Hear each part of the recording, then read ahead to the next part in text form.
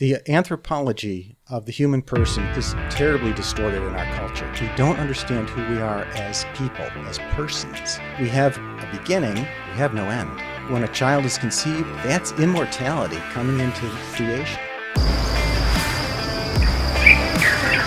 Welcome to the Rich Dawn, where eternal beatitude begins in this life. I'm Kyle Dean, and today I have with me Dr. Stan Bukowski, a general internist, a practicing Catholic, and a pro-life advocate. Dr. Stan, how are you today? Thanks, Kyle. I'm fine. Nice to be here. Thank you so much for this opportunity. Yeah, absolutely. Likewise. And so I've known you over the years here in the Western New York community, really caring about what's going on with human rights issues and doing God's will in truly profound ways, in addition to, your career and your day job and everything that, you're called to as a citizen. And before we get into today's topic, I was just wondering, could you introduce the viewers and listeners, anybody who doesn't already know about you and your impact in the Western New York community, about who you are and what drives you? Very good. I'm a third-generation physician here in Buffalo. I've been a primary care physician all my career, 40 years up to my retirement in the last few years. I've worked in primary care office work, hospitals, nursing homes, and in prison. My job is to be the first person that an adult sees when they're sick and to determine if I can help them myself or if I have to bring in a specialist for consultation, and then to manage their care over the span of our relationship. It's been a great blessing to do this, and I have to say that I think the prison work was really a ministry from God. That was challenging, but also rewarding in many ways.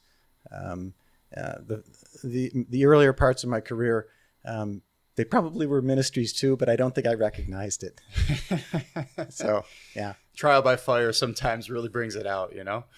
I've come to see that we need to recognize in everybody the beautiful dignity of our status as children of God. We're not just creatures. We are the adoptive children of the King. And people lose sight of that. There's a dignity and a value to our lives that transcends being a creature. And in the current culture, there's a big problem with people failing to recognize that. People consider themselves to be self-sufficient and self-determining, but they don't recognize that they're the adoptive child of the divine. And that's a huge difference. Absolutely. It's so amazing that you're saying this, actually. I was just reflecting on this the other day, that at the end of the day, what you're speaking to right now is identity. And identity seems to be something that either people have lost sight of, or unfortunately in this day and age, they don't really have an adequate grounding in the first place. The anthropology of the human person is terribly distorted in our culture. We don't understand who we are as people, as persons. We have a beginning, we have no end. When a child is conceived, that's immortality coming into the creation. The parents are the rightful source of that immortality through the work of God in their lives, through the love that they express to each other. We have to keep it in mind that child and that person growing up afterwards has an eternal destiny. And that destiny is union with God. So not only are we adoptive children, but we are, in a mysterious way, destined to be united, total communion with God, in a way that you can't even explain or fathom. It's a mystery that we believe, but nobody can really explain it. You have to experience it. And in the next world, God willing, we've been faithful, and God willing, we've accepted the mercy of God. We will experience it, and it's going to be more than beautiful. Absolutely. And, the subtitle to this podcast is Where Eternal Beatitude Begins in This Life, because that is something that is so near and dear to my heart as a practicing Christian, that I believe that spiritual theology is the most potentially pragmatic theology out of all of them. And it's the closest thing that we have in this life to being able to express the inexpressible, which is what you're bringing up here. You know, I'm a huge fan of St. Teresa of Avila, her 9 levels of prayer, the 7 mansions. And essentially what you're describing right now is the goal of and destiny of every human being, should they choose to embrace it, which is union with God. You know, levels 7, 8, and 9 of prayer are union, conforming union, and ultimately transforming union or mystical marriage with the divine. And though these words fail tremendously to adequately express the experience of that, as you're saying, it's the closest thing that we have to being able to appreciate it. But again, it all goes back to recognizing our identity as creatures, Yes. In relationship to the Creator. And I think that's going to be kind of the theme of what we focus on today, because I mean, that is the fundamental human rights issue, is recognizing, who we are and what that means, and God willing that people recognize, I mean, that is the greatest gift of all, to be able to ultimately fulfill our destiny in love. Exactly. Our political institutions and our political bodies have to recognize the fact that we are not just flesh and blood. There's something more to it. And laws and constitutions have important consequences in our lives. They help us to define our morality and to educate our consciences. They're not neutral objects. We have to be engaged with the process by which they're made, and we have to understand their implications for how we perceive ourselves and others, and therefore how we treat ourselves and treat others. And again, all with an eye towards the fact that we are immortal creatures that are destined for divine union. Absolutely. Well, I mean, where do we start then? I mean, Dr. Stan, what do you think in your experience in the field, and also just as a knowledgeable Christian, where does one begin to help a soul to recognize that fundament of identity that maybe didn't get that growing up? Good question. We have to be taught. Jesus was very clear about this. He had to send his apostles so that people would understand the message and be open to receiving it, and then make it their own. So we start with educating ourselves and being educated, being evangelized, and we need faithful teachers who are going to teach us the truth of those things, and who understand that faith and reason are not opposed, but complementary. Reason depends on faith for fundamentals. And once fundamentals are understood, then reason takes that faith and expresses it in everyday circumstances, in particular situations, but always referring back to the fundamental truths that we've learned. How do we learn them? Besides teaching? Example. The example of the martyrs, the example of the saints, that's inspiring to people. We look for role models. We look for heroes. Everyone needs a hero. And Jesus, of course, is my hero, and I think should be everybody's hero. But he also had his deputies, his followers, who he called to be heroes as well. And I like to think of the saints as perhaps a facet showing off a particular attribute that God wants us to learn about himself. So perhaps a saint's particular personal charism was in the order of justice, or in the order of temperance, or in the order of prudence, or having to do with a particular apostolate, to teach, to heal, to serve, to feed, to evangelize. So the way I think of it is as they're a facet of the diamond of God that shines out brightly, and each facet's a little different, but they're all brilliant, and they're all coming from God. So they're all part of the diamond, which is God. Absolutely. You're reminding me of the Magnificat of Our Lady, who is, the Christian par excellence. She's, the closest thing to divinity that there is, but is a creature, right? A created being. And even with her example, a lot of people, sometimes they struggle to relate because she is so set apart, and because she's absolutely perfect from her Immaculate Conception.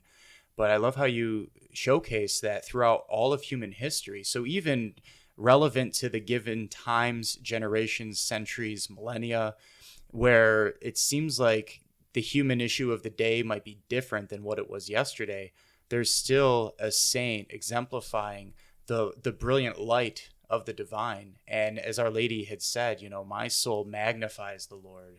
She always points to the source. Yes. As some of the great early fathers said, she's like the moon to the sun, reflecting the light. Perfect. And we are all called to do that. And I love how you brought the virtues in as well, right? There's prudence, justice, fortitude, temperance. And then those are the cardinal virtues, or the moral virtues. And then the other three that round off the 7 heavenly virtues are faith, hope, and charity. Those ones are theological, and whereas the former 4 are really kind of rational. So you do need to marry reason and theology in this way. And up until maybe about 200 years ago, those weren't kind of pitted against each other as they are in our day and age. Exactly.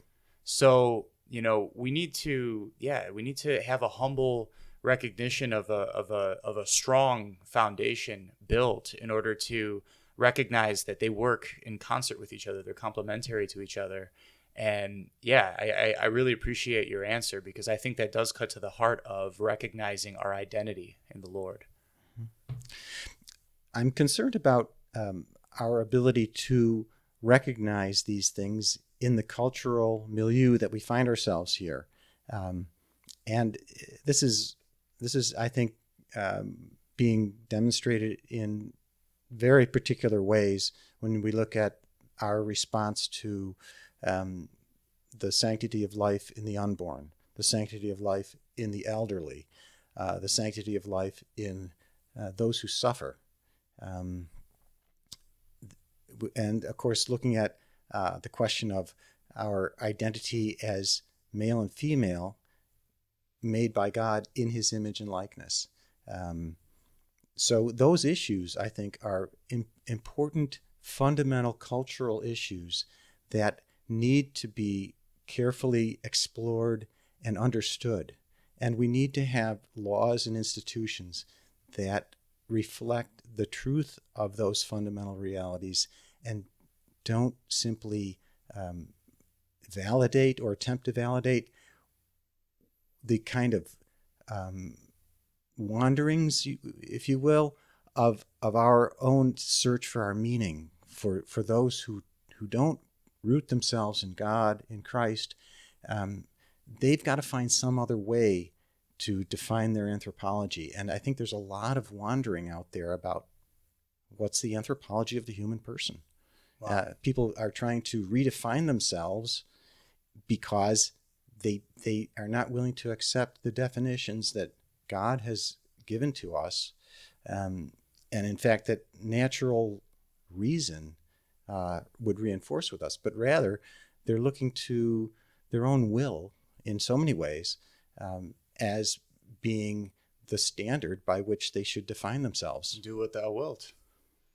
Yeah. So I'm going to do something a little different here. I'm gonna define for us the where, and then we're going to back up to the what, and then put some more flesh on that. So you said, from what I'm seeing from where we are today, as we broadcast today, we're broadcasting out of the Western New York area in the United States of America.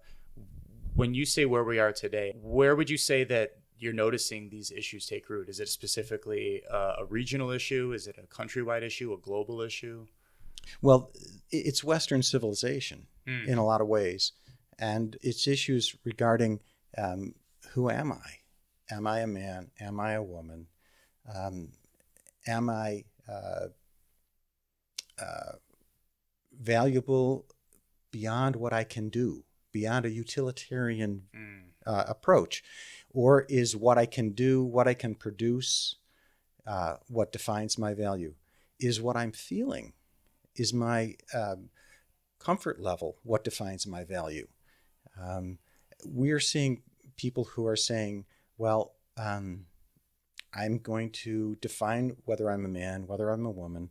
I'm going to define whether my life is valuable based on what I can produce, what I can do, or how comfortable I am. Those kinds of issues can lead us astray from our true nature. Right, right. Well, I have to ask this now, and then we'll get into anthropology. Why do you think, if you have your thumb on this, it's not coming out of the Eastern civilization? Because maybe there's something we can glean there here in the West. I've never thought of it that way. Yeah. I don't have enough experience of Eastern civilizations or enough learning about them to see what they would have to say about this. Interesting. Yeah, something to look into. Maybe I know a number of people in the community that have an Eastern upbringing, so I'll have to circle back with them on that. But yeah, particularly here in the West, everything's different, from the way that we do medical procedures to the way that we experience. In the East, you get a lot of transcending dualism. You get a lot of depending on which philosophy you think of, Confucianism, and out of that came Taoism. You have Hinduism, out of that came Buddhism, and their anthropology is a little bit different. But here in the West, I think that the healthiest anthropology that we can have ultimately is what the Catholic Church kind of gifted us. The number one philosophy that the church has endorsed is that of Thomistic scholasticism. If you look at Leo XIII in the late 1800s, he put out a document, Aeterni Patris, where he states as much. And when you look at the Thomistic framework, essentially the anthropology of man is that we are a soul-body composite. And in our soul, you have your intellect, your will, and then your memory, aspects of your memory, because the memory is really interesting. It's also connected to your brain, which is part of your body. And so there's different components there, but that's your soul. And as you had mentioned, we are immortal beings. So from the moment of our conception until God grant a natural death, or whatever the form the death takes, death, by definition, is the separation of soul and body. And the soul lives on. The intellect, the will, and the memory are intact. And you're going to be able to recollect the experiences that you had from your conception through your formation. And we say you reach the age of reason around the age 7. That's when the intellect is really operative. But then in the body, while we're alive, you have, of course, the emotions, the cogitative power, the common sense power, which is an amalgamation of how we experience our 5 senses together, our imagination, these different aspects of our bodily being that are supposed to be subordinated to our soul powers, of our intellect being the king, our will being the queen, right? If you usurp that or you flip that, we're supposed to will under the aspect of the good in relation to the truth. If you don't know the truth in the first place, maybe you shouldn't will, because who knows what could happen. Exactly. And let emotions and everything else that's in our body be subordinated to right reason ultimately. And that is, the anthropological foundation upon which, we understand in Western civilization, I think, and really Eastern, Christians also subscribe to that general outlook. That's what is conducive to a healthy identity, a healthy outlook in life. And it gives you a working framework to be able to identify, as I'm sure you well know in your field, to be able to diagnose, to be able to ascertain the status of one's health in both a psycho, spiritual, and physical manifestation of who we are. So where does the breakdown happen? I think it's been incremental. It's been happening for a long time. We have really, in a lot of ways, lost sight of the natural law about who we are and how we function. And over time, we've begun to use our technological prowess to sort of try to supersede our natural law within our bodies and within our desires and our value systems. So we see the breakdown of marriage. We see the use of contraception. We see proposals of euthanasia. We see gender change ideology. We see a lot of things in which what's really natural to us, which is good, has been set aside or changed by our will in ways that are not within keeping with the dignity that we have as human beings, as divinely created and divinely destined. We're seeing, as an example, here in New York State, this movement towards defining the human person by a set of new rights that's been proposed for the state constitution, and will be on the November ballot, actually, as to whether or not it will be part of the Constitution. So let me just mention some of these. And some of them are, I think, very admirable, and some of them I have to take issue with. Sure. The existing protections in the Constitution of the State of New York. Wait, so this is referring to the Constitution? The state constitution. Of our state. Of our state. And again, that's fundamental. Laws and documents have consequences. We form our conscience in many ways in conformity with what the body politic says is good or bad. So, well, if I may, just very briefly, before you get into the body of this, I love how you just identified so many different fundamental issues and where things break down in terms of how we express our identity.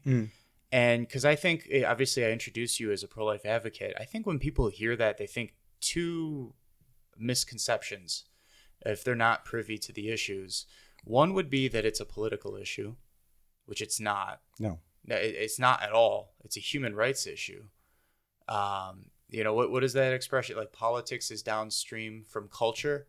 I like to add to that, culture is downstream from immutable, meaning unchangeable morality, which is something that a lot of people don't recognize. And then the second, I think, misnomer, and feel free to touch on either of these or just go right into the document, but is that pro-life just means that people stand outside of clinics and they can be radical and they just hyper focus on one specific issue.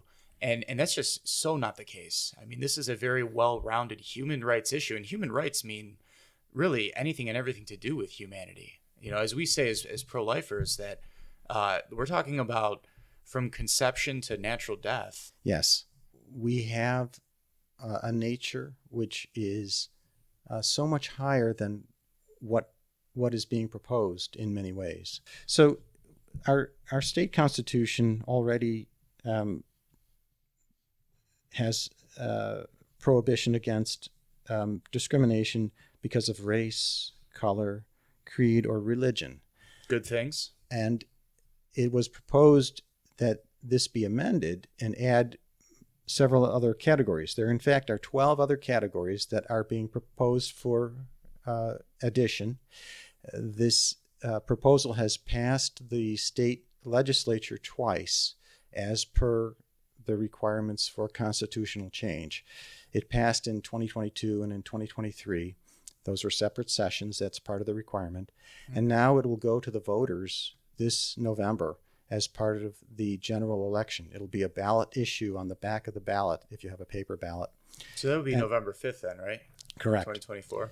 And it adds the following categories of protected class: ethnicity, national origin, disability, and it also adds age, and it adds sex, including sexual orientation, gender identity, gender expression, pregnancy, pregnancy outcomes, and reproductive health care and autonomy. So what this means is that under the New York State Constitution, and therefore as a cultural force, these categories will be considered fundamental rights to all persons, and will require the highest level of scrutiny to make any laws restricting them. Okay? And of course, I think there are clearly some very good ideas in here, not to discriminate based on ethnicity, national origin, disability.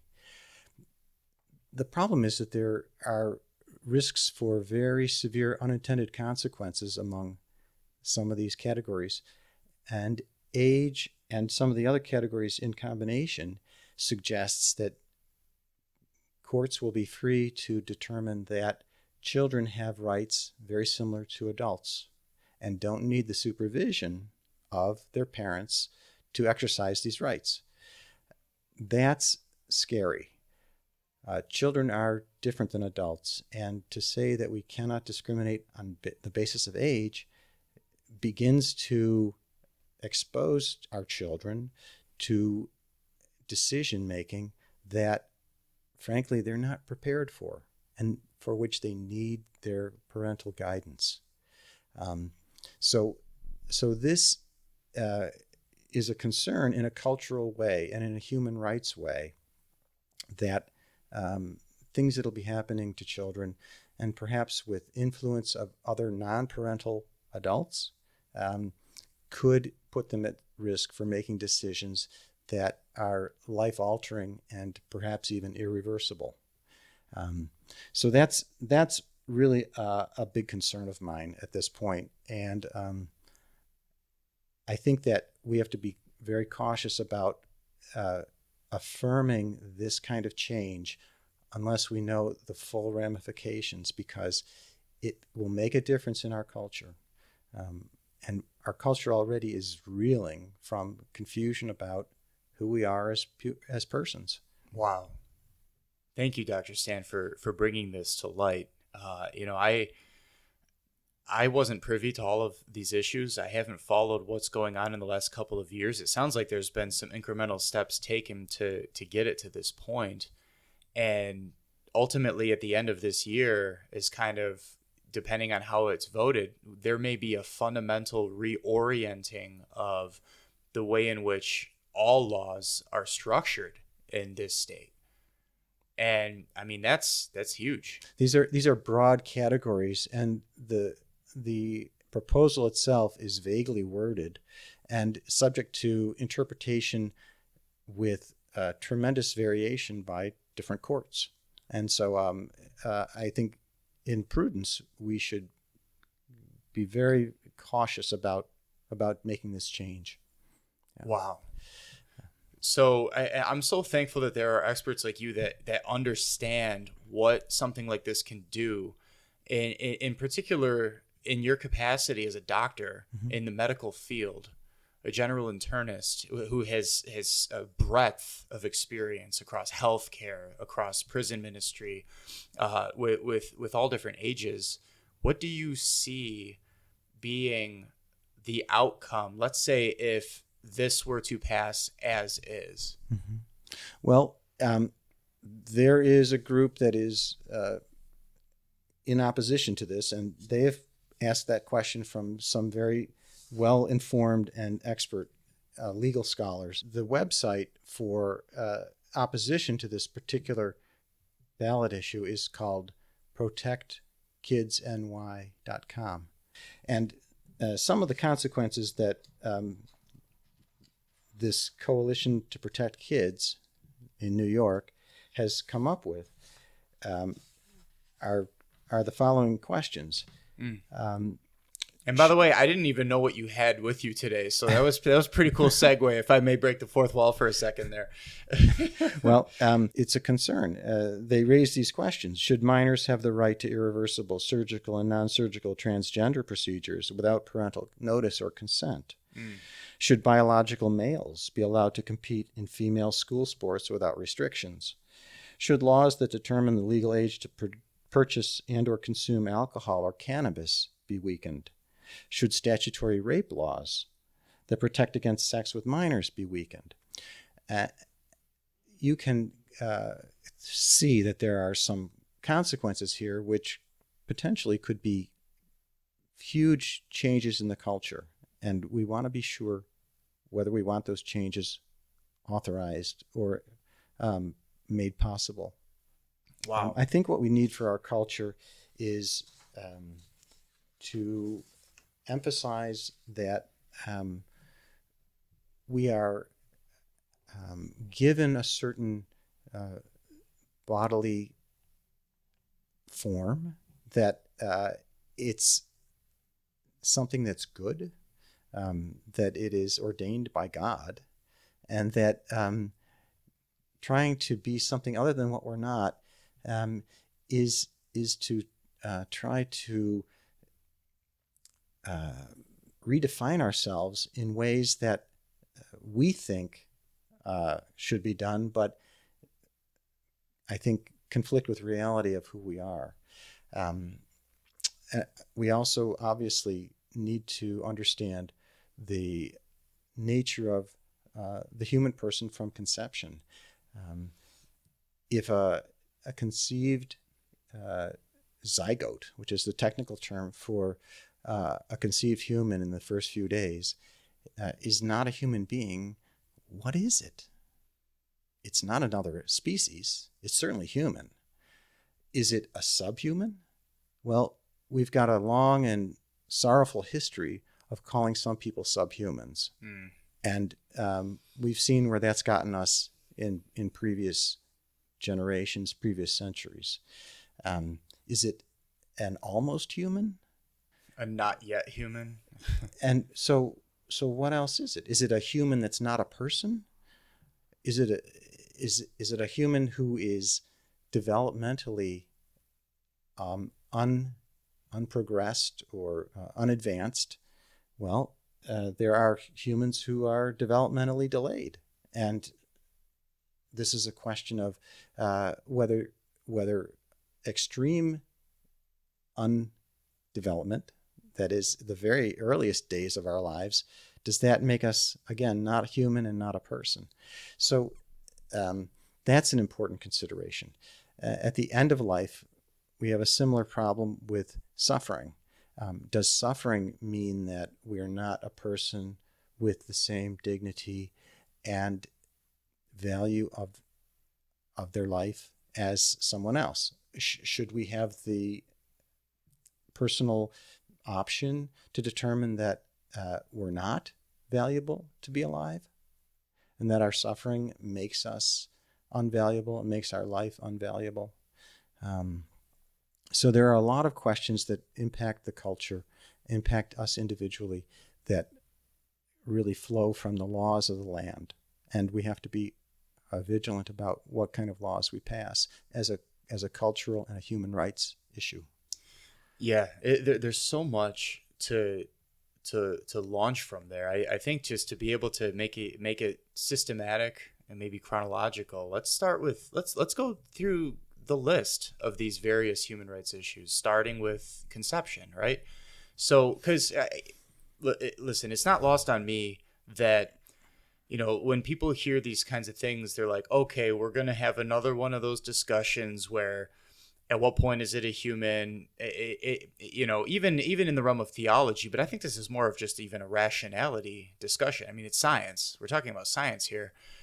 Even within the realm of theology, for anybody who likes to nerd out on that, you can look at like St. Thomas Aquinas, one of the greats. I referenced him in terms of the most healthy human anthropology. Even he gets certain things, wrong, where he questions at what point the soul enters into the body. These are things that, the church and science has wrestled with since time immemorial. But at the end of the day, I don't think you need to get lost in the weeds of all of that as an everyday person to say, why does this matter to me?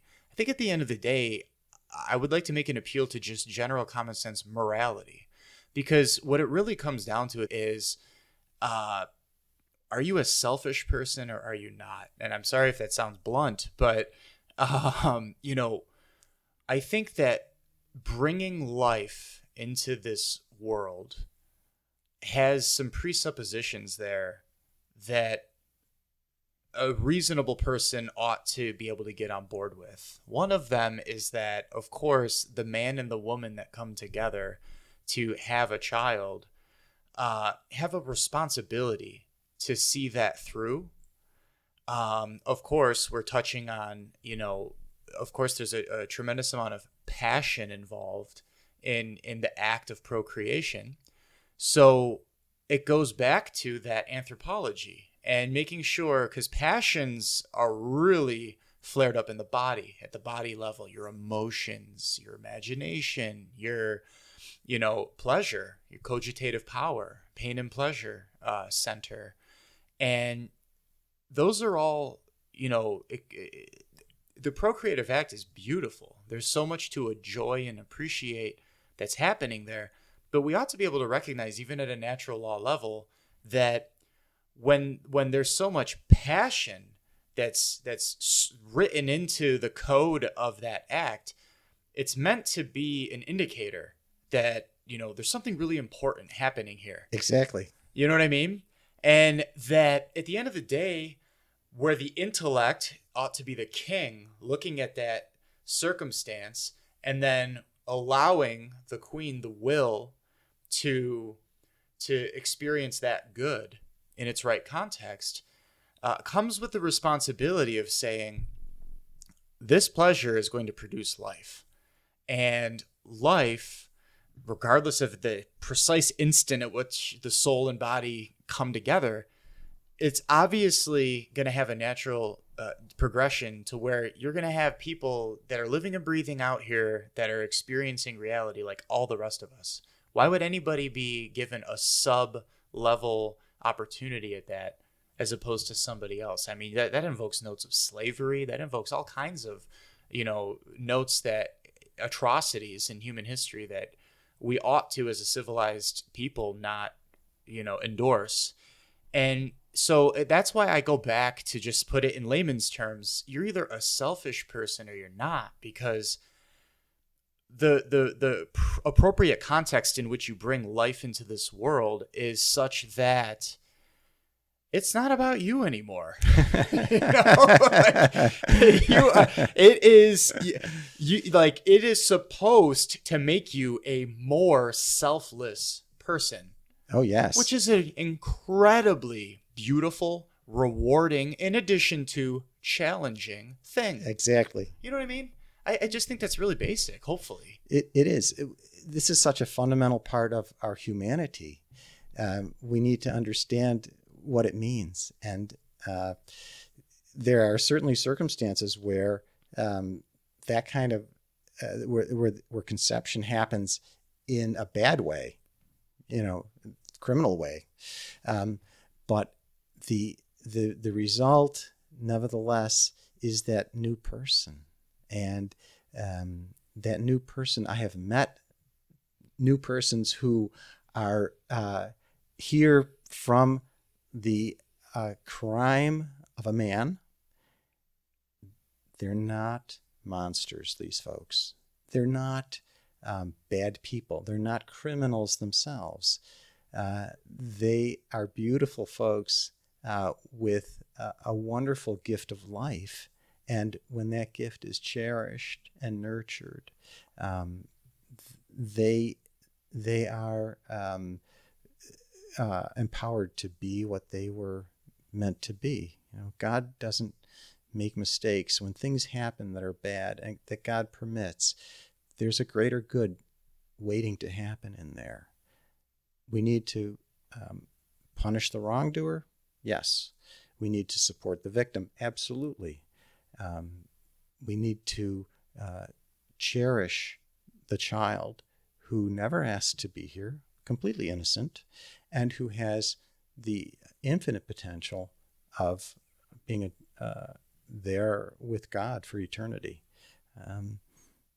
It can be a beautiful, beautiful gift to a family.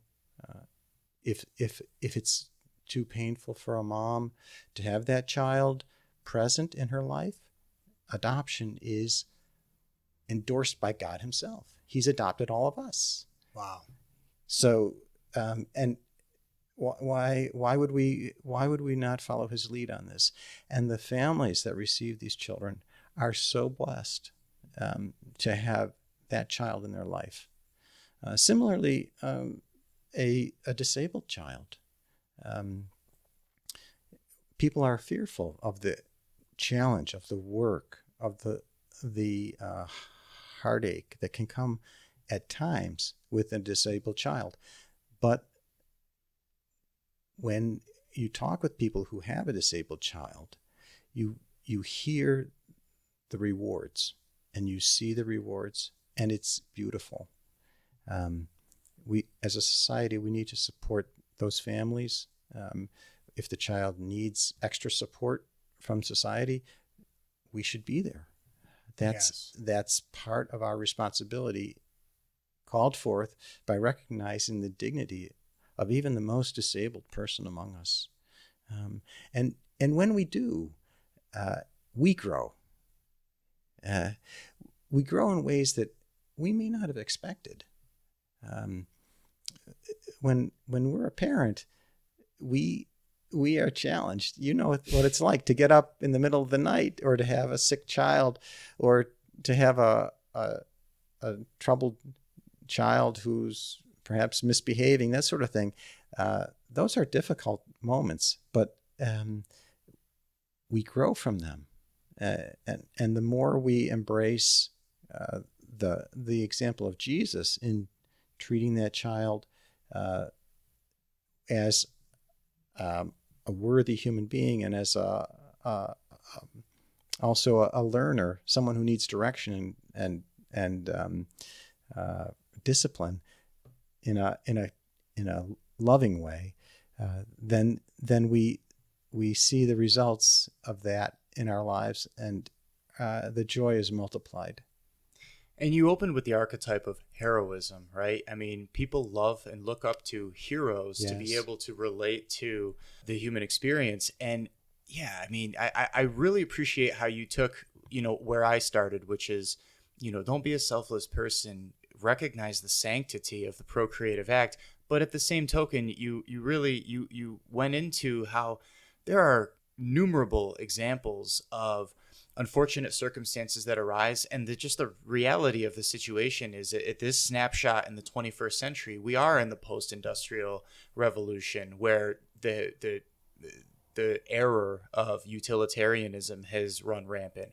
We are in the era where over 50% of families in America are divorced, right? So of course, the bar, so to speak, the golden standard, particularly as believers, but even on a natural law level, is that a man and a woman come together, they get married. In other words, they make a contractual, if not covenantal, vow to each other to remain faithful, exclusive, and to share their gifts and resources to be responsible to the life that they bring into the world. In reality, when we accompany people, you're coming at all different angles, circumstances, whatever their lot in life is. But go back to that heroism archetype, right? I think all of the greatest stories that we love, whether it's fiction or even the better ones, in my humble opinion, are the nonfiction, the lives of the saints and everything else. They grew up in extraordinary adversity, oftentimes. So they're the very souls that you're speaking of here. where we all have a role that we can play and grow from that. Yes. So going back to, I think, that critical moment in the procreative act, right? Because we've spoken about the bar. The bar is make sure that you have an identity that is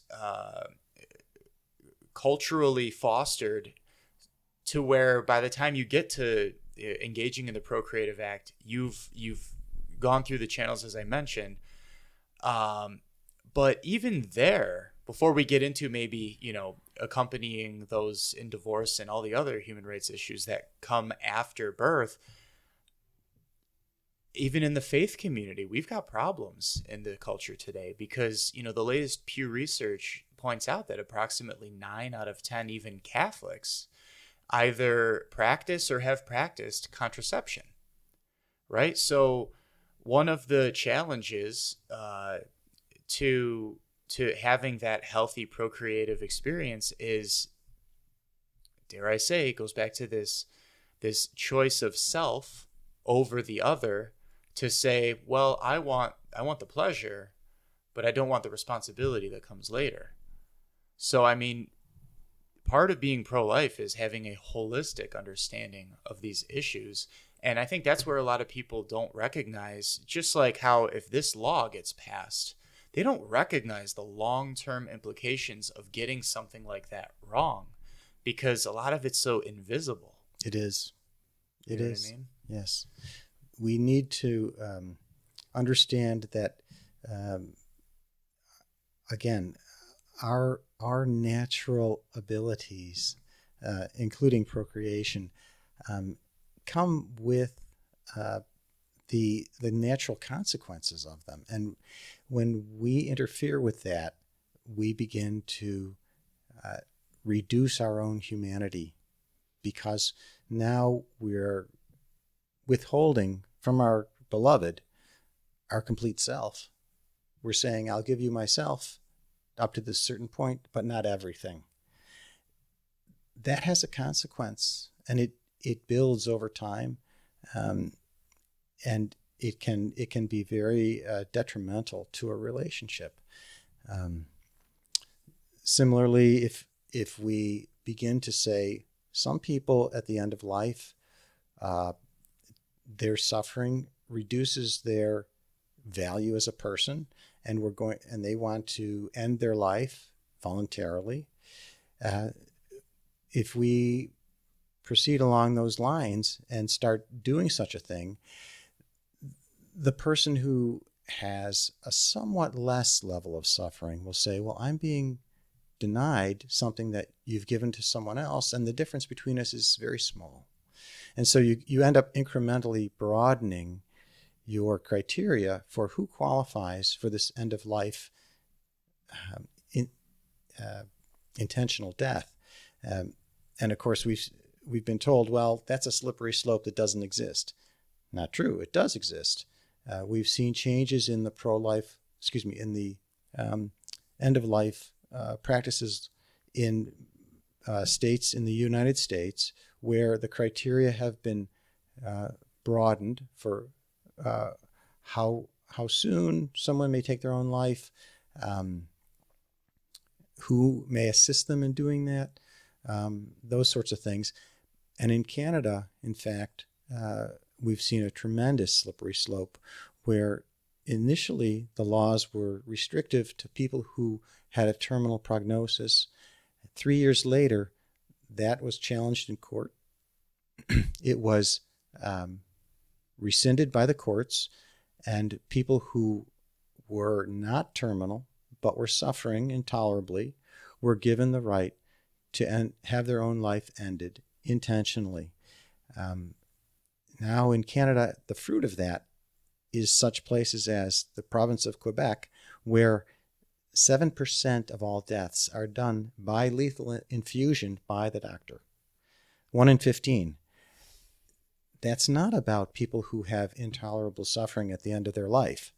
That is about making the end of life a personal choice, regardless of the level of suffering, because who can say that someone's suffering is not intolerable when the person says it is intolerable? And so one needs to only, in Canada, this is in Canada, is to convince the prevailing authorities that one's suffering is intolerable, and one can access euthanasia. What I'm hearing in that tragic example, the microcosm of one given country as opposed to what can happen in any other given country, is the tension between subjectivism and objectivity. There's you need to have a healthy association between those two. And I mean, that really just comes down to, what is somebody's philosophical understanding of reality? Of course, you always hear for subjectivists or moral relativists, moral relativism being kind of the opiate of the masses today. The idea of the if I may, the Beatles, live and let live, your truth is your truth, my truth is my truth. I mean, this really goes back to even with Pontius Pilate saying, quid est veritas, what is truth? But if you subject to that viewpoint, or if that sounds like somebody because I don't know that people who subscribe to that would come this far in an episode like this, perhaps. But for those of us who know people like this, of course, you can just hit him with the basic, there is no absolute truth. Well, do you believe that absolutely? Because that's an absolute statement. Exactly. It's an objective statement. And you have to understand the difference between objective reality, which there very much is one, and our subjective interpretations, yes, responses, exactly, choices in correlation to that. Yeah. That's where so much of the breakdown happens. And to your point, when I called this a law, but I don't even know, is this a law, or is this considered a prerequisite to law, since this is the very Constitution itself? It's a constitutional amendment that's proposed. I mean, that is even the pagan philosophers of old, Socrates, Plato, and Aristotle, in that progression of relationship, they identified that if you change a foundational component of how law is understood, you could make or break an entire civilization. Well, we are certainly having trouble with our civilization now. We are in decline in population, or close to it. Our fertility rate in the United States is, at last count, 1.6 per woman, which is well beneath replacement levels. Immigration has filled the gap at this point. But the point is that that's not going to be happening forever, because the rest of the world is also experiencing falling fertility levels. And in fact, our immigration from the rest of the Western Hemisphere depends upon the populations there. So at some point, their falling fertility rate will affect us here as well. Now, you can argue about whether or not there are too many people in the United States, but at this point, it doesn't seem so. Not to me, anyway. Well, I was going to say, I was just to play devil's advocate for a moment, because it does seem, I don't remember the name of it, but I know that in the 1970s, there was a concerted effort to convince Americans that if you had more than 2 children, you were something of like an eco-terrorist. and that really, really took root and then became a generational belief that passed on. What would you say to those who say, well, listen, we have 7 billion and more people, we're overpopulated, as opposed to when you hear people say, like you're saying, that, we're not going to be able to retain what already is there. How does that work? That's a good question.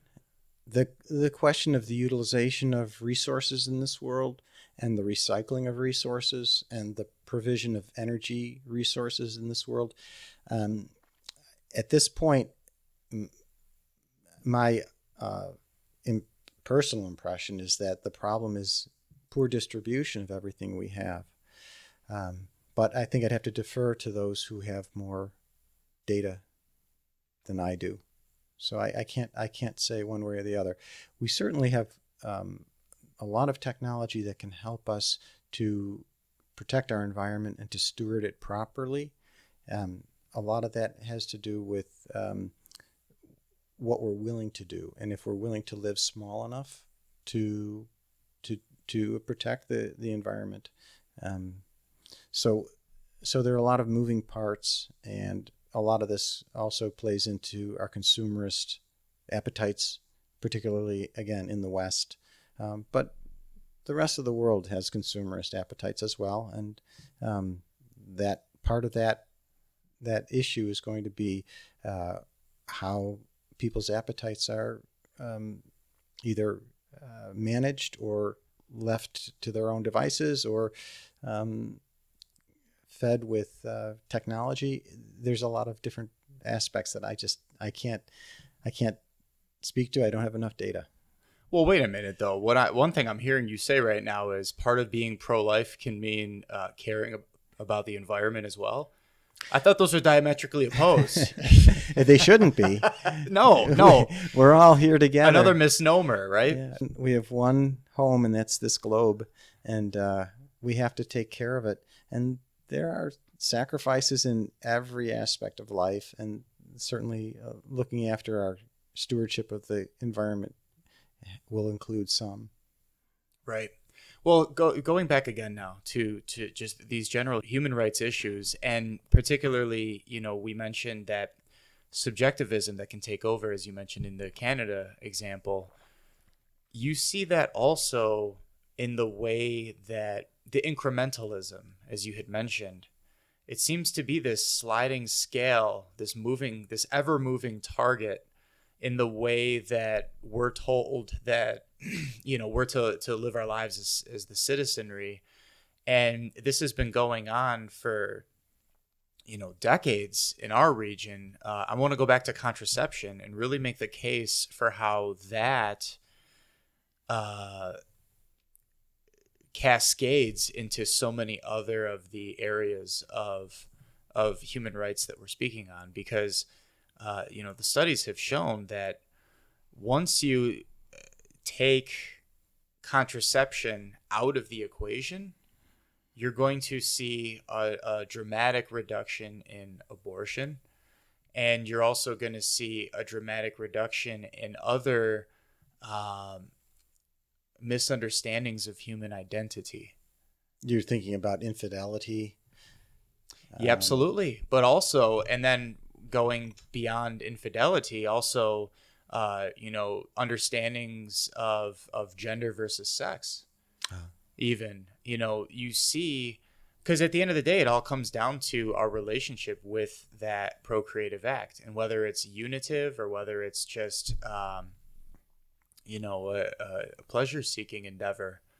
And because you also see you see compulsory illnesses that can be attached to just consistently seeking that pleasure while withholding, as you had mentioned, the fullness of what is meant behind that self-giving act, that gift of self. And so anyway, what do I mean, concretely, instead of sounding ephemeral? So when you choose to contracept, and then let's say it doesn't work, of course, what the human mind jumps to next is, well, oops-a-daisy, now we need to remove the zygote, or remove, which, of course, when you recognize that that's a human person, that's killing. And that's that's where so much tension, and people tend to try to politicize something like that. But there's nothing political about that. I mean, we're talking about something that everybody should be able to get on board with. Like, we either get this right, or if we get it wrong, the consequences are severe. And once you go from, being loose on your view on contraception, that's the next logical step. And then, of course, that's a big aspect of where people tend to disagree or not be able to come together nowadays. And it's just, let's just call it for what it is. It's very, very polarizing. But then beyond that, as you mentioned with fidelity, right, you get these other strange forms of sexual expression like polygamy, polyandry, and whatever else. And then from there, you get these expressions of, I think you mentioned on the list that's up for change is understanding pregnancy procedures. It's pregnancy outcomes. What does that mean? Because I don't want to speak to it without recognizing it in a clinical understanding. It's not defined. We don't know what it means. It will have to see what a court would decide it means. Yeah. Wow. So perhaps it means surrogacy. Okay. Perhaps it means only abortion. Well, because I've been hearing people saying that surrogacy within a male body, right? Like that, like men are pregnant or whatever they say nowadays. Yeah, I don't think I can understand what that means. So there's a lot of things in these categories that are undefined and that would be defined by the courts in the way that particular judge sees fit. And that would eventually, it could be reviewed, it could be appealed, but someone's going to decide what it means at some point. Well, at the end of the day, just to bring it together, we could spend an hour on any one of those 12 new qualifying terms, but the lowest common denominator in all of it is how much that would impact society. Oh, enormous. The extent of the consequence. It would be enormous. There's no question.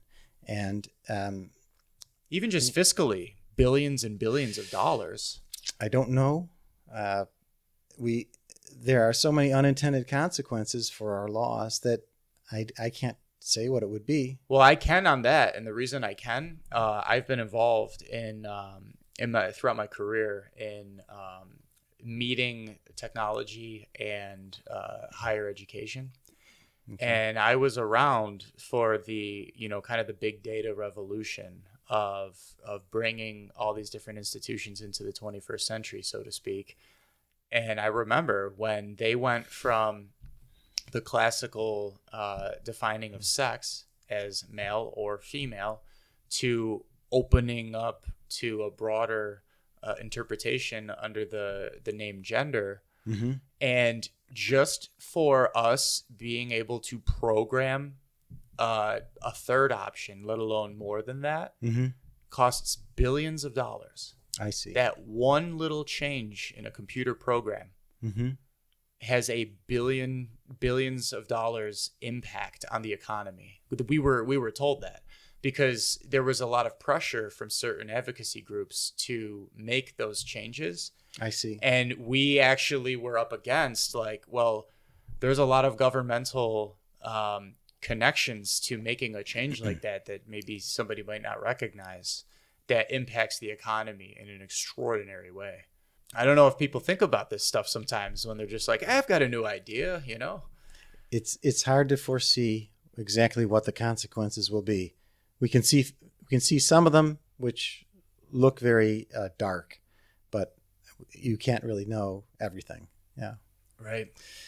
What can people do to follow their conscience with all of this? Now, I mean, just to be clear, I've said this throughout the life of this podcast. I am a very apolitical person personally, mm-hmm. and by extension, this is an apolitical podcast. Obviously, people, November 5th, 2024 is an opportunity to express your views through voting, of course. But beyond that, what can people do to stay informed on these topics, better educate themselves? Like, what are your recommendations? I think you have to look into the issues and inform yourself. Go to the advocacy websites, read them, spend some time thinking about it. Talk with people whose logic and whose objectivity you respect. Become educated. That's the best part. That's the best thing to do. Absolutely. And just to put more flesh on what you've seen throughout your credentialed career, I mentioned in a technological example of how this has real world impacts. Mm-hmm. What do you see it impacting in your field? Well, it's certainly going to be broad in terms of dealing with some of the issues that are brought up here: pregnancy, gender, healthcare, disability, which I think is a very good thing to support. We would have to see what happens. I really can't predict all the things that it's going to impact, but certainly it'll be broad. Well, very good, Dr. Stan. I really appreciate you bringing this to our attention, and for also just being a witness, to a living witness to what it means to have a profound respect for human life in all of its stages, and not just with knowledge, but also decades of experience. I maybe before we wrap up this episode, I don't know if there's anything that you can appeal to on a really like personal human level in terms of like why. What is your personal why? It's a conscience issue, and I simply want people to be informed and to vote in an informed way, to be active in the pro-life field, because there are so many misunderstandings in the culture about the value of the human person. We need to support people who are dependent in many ways, or particularly those who are pregnant. We have to support them in their fearfulness and their loneliness, and we have to be a support to that unborn child in whatever way we can legally and charitably and supportively help the mom. I feel that my responsibility is really to God, to use the gifts that He's given me for His glory and for the service of my fellow men and women, and that is without a doubt paramount in importance, regardless of the outcome. It's not for me to know what's going to happen. It's just for me, as Mother Teresa says, to remain faithful. Well, Dr. Stan, I thank you so much again for coming on today, and for raising this important issue, and for giving everybody something to reflect on so that they can allow it to touch their hearts. Because I think at the end of the day, we can educate ourselves to kingdom come, but that's the beginning. The end is to act, and to act in accordance with charity, and to act in accordance with placing the other before ourselves. Thanks, Kyle. Yeah, absolutely. And it's a tremendous act of courage. So thank you for exemplifying that. Thanks for inviting me. I've enjoyed every minute. Awesome. And if you enjoy content like this, we exhort you, please hit subscribe, like, share. Let people know, particularly in the Western New York community, all the great things that we have going on as we bring important community leaders together. And God bless you.